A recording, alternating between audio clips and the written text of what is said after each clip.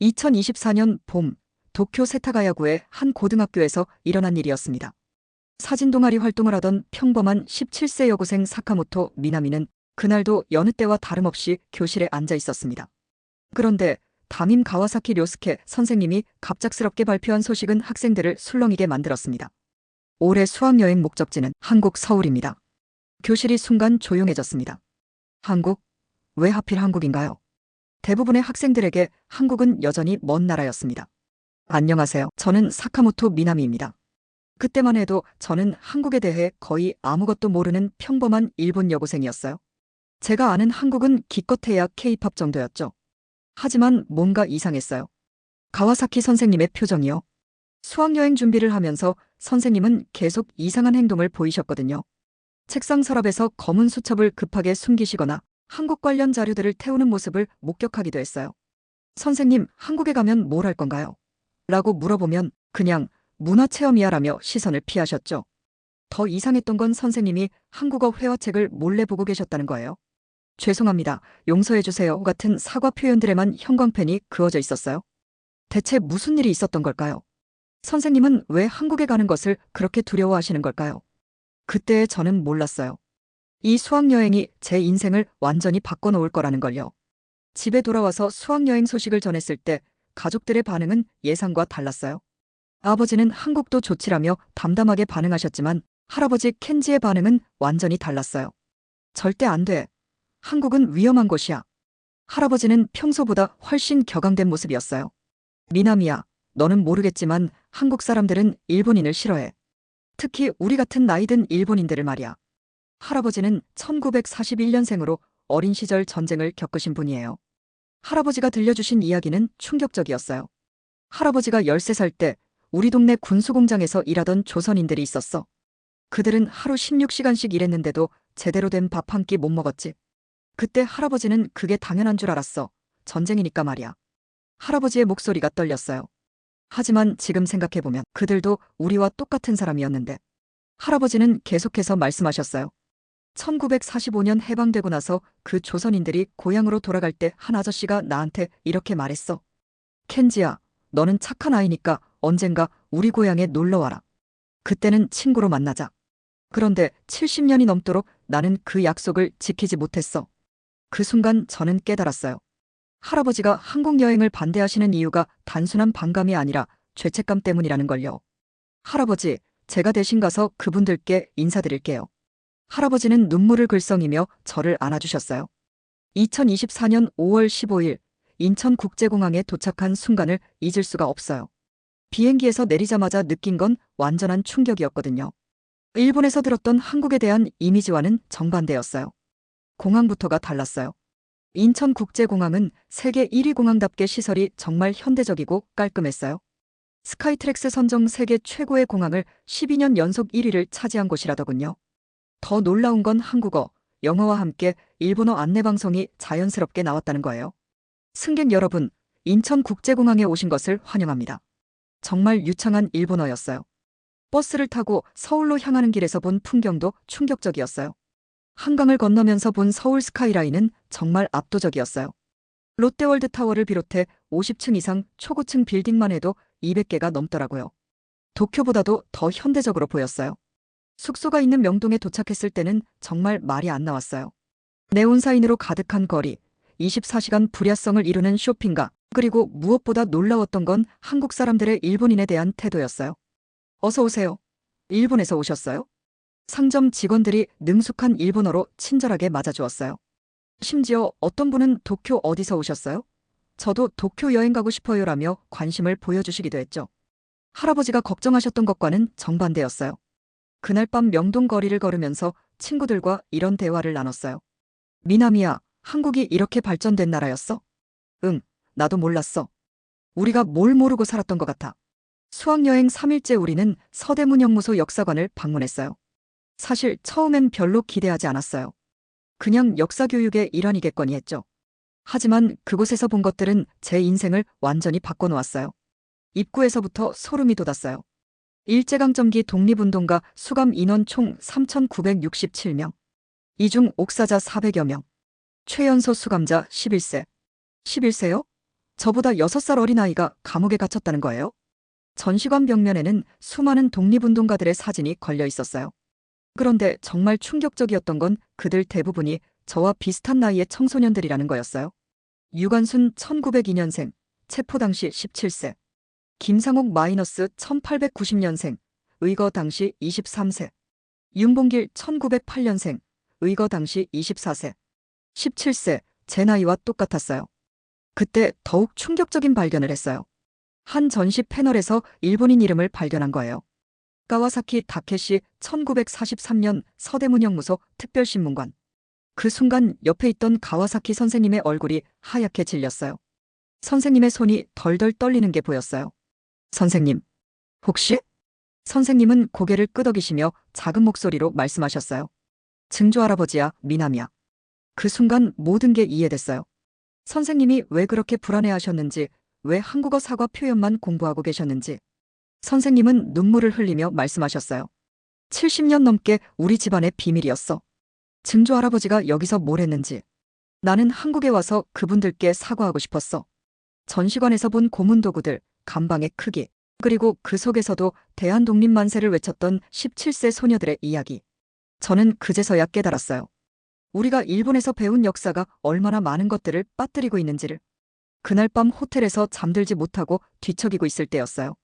선생님이 화장실에 가신 사이 선생님의 가방에서 검은 수첩이 보였어요. 궁금함을 참을 수 없어서 슬쩍 들춰봤는데 그 내용을 보고 정말 경악했어요. 그건 가와사키 선생님의 증조부가 쓴 일기였어요. 1943년부터 1945년까지의 기록이었죠. 몇 구절을 읽어드릴게요. 너무 충격적이지만 이것이 진실이에요. 1943년 8월 12일 서대문형무소. 오늘 17세 조선 소녀를 신문했다. 이름은 박영심. 3.1절 기념행사를 주도했다는 혐의다. 손톱을 뽑고 정기고문을 가해도 대한독립만세만 외친다. 도대체 무엇이 이 어린 소녀에게 이런 용기를 주는 것인가? 1944년 2월 28일. 오늘 조선인 학생 15명이 또 들어왔다. 모두 16세에서 19세다. 이들은 일본어 수업을 거부하고 한글로 편지를 주고받았다는 죄목이다. 그런데 이상하다. 이들 눈빛에서 두려움보다는 희망이 보인다. 1944년 12월 15일. 조선인 강제징용자가 탈출했다가 잡혀왔다. 그는 내게 이렇게 말했다. 당신들이 우리 몸은 가둘 수 있어도 마음은 가둘 수 없다. 나는 무슨 일을 하고 있는 것인가? 더 충격적인 내용도 있었어요. 1945년 6월 3일. 아내에게 편지를 썼다. 더 이상 이 일을 할 수 없다고. 조선의 젊은이들을 보면서 느끼는 건 그들이 우리보다 더 숭고한 무언가를 위해 살고 있다는 것이다. 나는 가해자가 되었다. 후손들이 부끄러워할 조상이 되었다. 일기를 다 읽고 나서 저는 한동안 말을 할 수가 없었어요. 이게 진짜 역사였구나. 우리가 교과서에서 배우지 못한 진짜 역사가. 그때 돌아오신 선생님이 저를 보고 말씀하셨어요. 미남이야, 다 읽었구나. 미안해. 너희들에게 이런 걸 보여줘서. 아니에요, 선생님. 우리가 알아야 할 진실이에요. 그런데 왜 이런 걸 일본에서는 제대로 안 가르쳐주는 거예요? 선생님은 깊게 한숨을 쉬며 대답하셨어요. 그게 바로 문제야, 미남이야. 한국에서 돌아온 후 저는 완전히 달라진 사람이 되어 있었어요. 한국에서 본 것들, 서대문형무소에서 느낀 것들이 머릿속에서 떠나지 않았어요. 그런데 학교로 돌아와서 더 큰 충격을 받았어요. 다른 선생님들과 학교 측에서는 우리가 한국에서 본 것들을 과장된 것이라고 하시는 거예요. 너희가 본 건 한국 측의 일방적인 주장이야. 역사는 복잡한 거고 한쪽 입장만 들어서는 안 돼. 정말 화가 났어요. 우리가 직접 보고 느낀 걸 왜 부정하는 거죠? 그래서 결심했어요. 함께 한국에 갔던 친구들 18명과 함께요. 2024년 5월 30일 우리는 학교 앞에서 단식 시위를 시작했어요. 요구사항은 단 하나였어요. 한국에서 우리가 본 역사적 진실을 교과서에 포함시켜라. 피켓에는 이렇게 적었어요. 17세 유관순, 17세 사카모토 미나미. 똑같은 나이, 다른 역사 교육. 우리는 진실을 알 권리가 있다. 교과서 왜곡 중단하라. 처음에는 학교 측에서 무시했어요. 철부지들의 장난이라고 했죠. 하지만 우리는 포기하지 않았어요. 제가 서대문형무소에서 촬영한 영상을 SNS에 올렸는데 일주일 만에 조회수 1200만 회를 넘었어요. 영상 제목은 17살 일본 여고생이 한국에서 본 진실이었어요. 댓글들도 놀라웠어요. 나도 한국에 가보고 싶다. 왜 우리는 이런 걸 몰랐을까? 용기 있는 학생들이다. 하지만 반발도 만만치 않았어요. 극우 단체들이 학교 앞에서 우리를 향해 소리를 지르며 항의했어요. 반일 교육에 세뇌됐다. 국가를 부정하는 매국노들. 무서웠지만 굴복하지 않았어요. 유관순 누나도 17세에 이런 두려움을 이겨냈잖아요. 우리도 할 수 있다고 생각했어요. 단식 10일째 드디어 변화가 시작됐어요. 도쿄, 오사카, 교토의 다른 고등학교에서도 연대 시위가 일어났거든요. 역사 교육 정상화를 위한 전국 학생 연합이 결성됐어요. 우리의 시위 소식이 한국 언론에도 보도됐어요. KBS, MBC, SBS 등 주요 방송사에서 일본 학생들의 용기 있는 행동이라며 크게 다뤄주었어요. 그런데 정말 놀라운 일이 일어났어요. 서울 한성고등학교 역사 동아리에서 저에게 연락이 온 거예요. 안녕하세요, 미나미 씨. 저희는 한국의 고등학생들입니다. 당신들의 용기에 정말 감동받았어요. 함께 진실한 역사를 알리는 프로젝트를 해보면 어떨까요? 정말 기뻤어요. 한국 학생들과 함께 할 수 있다니. 2024년 7월 15일 한일 청소년 공동 역사 세미나가 온라인으로 개최됐어요. 한국에서 30명, 일본에서 30명, 총 60명의 학생이 참가했어요. 세미나에서 우리는 서로의 교과서를 비교 분석했어요. 정말 충격적이었어요. 일본 교과서에서는 한일합병이라고 표현하는데 한국 교과서에서는 일제강점이라고 표현하더라고요. 일본 교과서 조선의 근대화에 기여했다. 한국 교과서 강제징용, 위안부, 문화말살 정책. 똑같은 역사인데 이렇게 다를 수가 있나요? 한국 학생 김민중 군이 이런 말을 했어요. 저희 할머니는 일제강점기에 강제로 일본 이름을 써야 했어요. 할머니의 본명은 김순자인데 다나카 준코라고 불러야 했다고 하시더라고요. 80살이 넘으신 지금도 그때 일을 생각하면 눈물을 흘리세요. 저는 그 말을 듣고 정말 미안했어요. 우리가 몰랐던 아픔들이 이렇게 많았구나 싶어서요. 이 공동 프로젝트가 국제적인 주목을 받기 시작했어요. BBC에서는 제퍼니즈 스튜던츠 시크 트루스 어바우트 워타임 히스터리라는 제목으로, CNN에서는 영 보이서즈 체인징 저펜 마이너스 코리어 릴레이션즈라며 보도했어요. 뉴욕타임스도 일본 학생들 한국에서 진실을 보다라는 사설을 실었어요. 전 세계가 우리의 목소리에 귀 기울이고 있었어요. 2024년 12월 20일 드디어 일본 문부과학성에서 공식 발표가 있었어요.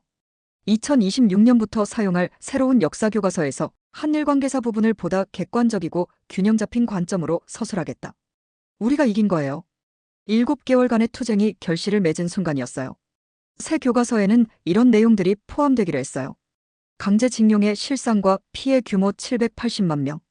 일본군 위안부 문제의 역사적 사실. 한국 독립운동가들의 구체적 활동상. 식민지배 정책이 한국인들에게 끼친 영향. 무엇보다 중요한 건 이 모든 내용이 한국 측 자료와 일본 측 자료를 균형 있게 제시하기로 했다는 거예요.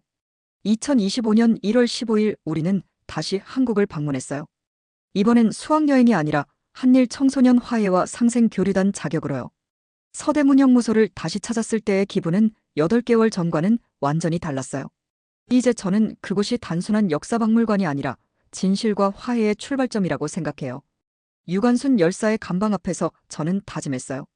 누나, 이제 일본의 젊은이들도 진실을 알게 됐어요. 늦었지만 우리가 제대로 된 역사를 배우게 됐어요. 서울 남산타워에서 바라본 야경이 정말 아름다웠어요. 한강이 흐르고 수많은 빌딩들이 반짝이고 그 속에서 살아가는 5천만 명의 한국 사람들. 그들의 할머니, 할아버지들이 우리 할아버지, 할머니들과 같은 시대를 살았다는 게 신기했어요. 이제 저는 확신해요. 진실은 감출 수 없다는 것을. 그리고 진실을 마주할 용기가 있다면 어떤 갈등도 해결할 수 있다는 것을. 2025년 새로운 한일 관계의 시작입니다. 우리 세대가 만들어갈 새로운 역사의 첫 페이지입니다. 진실을 외면하지 않는 세대, 서로를 이해하려고 노력하는 세대, 그게 바로 우리가 되고자 하는 모습이에요. 한국의 여러분, 감사합니다. 우리에게 진실을 보여주셔서 그리고 용서해 주셔서. 이제 우리도 책임지겠습니다. 다시는 역사를 왜곡하지 않겠습니다. 진실한 화해와 상생의 길을 걷겠습니다. 고맙습니다.